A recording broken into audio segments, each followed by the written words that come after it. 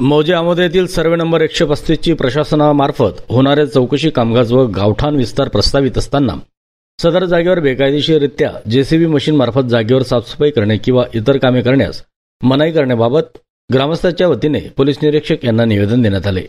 मौजे आमोद येथील survey number 135 हे क्षेत्र गावाला लागून आहे। सदर क्षेत्र गावठाण विस्तार योजनेअंतर्गत ग्रामसभेने मागणी केलेली आहे व त्याबाबतचा प्रस्ताव शासनाकडे प्रलंबित असून सदर प्रकरणावर अंतिम निकाल होणे आवश्यक आहे, परंतु सदर प्रकरणाचा अंतिम निकाल झालेला नाही। मौजे आमोद शिवारातील सर्वे नंबर 135 हे क्षेत्र प्रत्यक्ष खरेदी केलेले क्षेत्र व घेतलेला ताबा यात तफावत आहे, म्हणून सदर प्रकरणाची चौकशी करण्यासंदर्भात ग्रामस्थांची पंतप्रधान भारत सरकार व जिल्हाधिकारी धुळे यांच्याकडे चौकशी करण्यासंदर्भात मागणी केली आहे।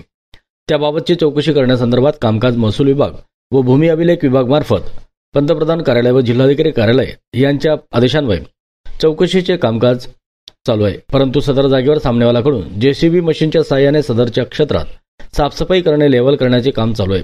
तरी सदर प्रकरणाची प्रशासनामार्फत चौकशी चालू असताना सामनेवाला यास अडवणूक करण्यात यावी व मनाई करण्यात यावी असे निवेदन आमोदे ग्रामस्थांच्या वतीने देण्यात आले। आज आमोद्याचे सर्व तरुण आणि ग्रामस्थ गेल्या 7-8 वर्षापासून गावठाणच्या जागेसंदर्भात लढा देत आहेत। या लढ्याला प्रत्येक वेळी यश येत असताना मध्येच कोणीतरी बिल्डर म्हणा किंवा भूमाफिया म्हणा हे मध्ये येऊन त्याच्यात हस्तक्षेप करतात।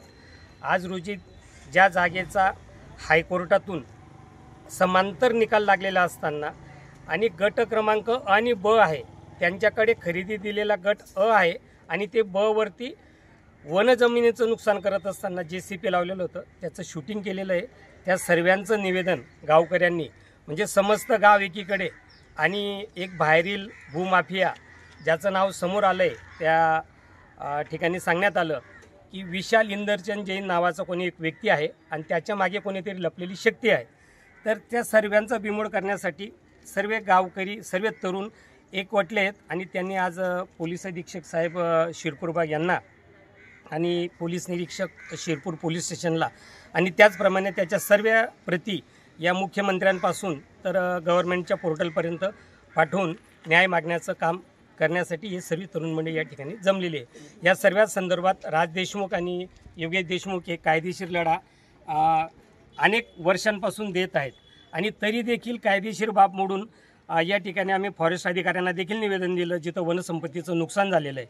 म्हणजे गावठाणच्या जागेवरती ते झाडं तोडतायत जेसीपी लावून आणि भूमाफियांचा जो शिरपूरमध्ये धुमाकूळ माजलेला आहे, तर या अवैधरित्या सुरू असलेल्या या पराक्रमाला आम्ही सर्वजण आळा घालण्यासाठी या ठिकाणी जमलेलो आहोत। धन्यवाद।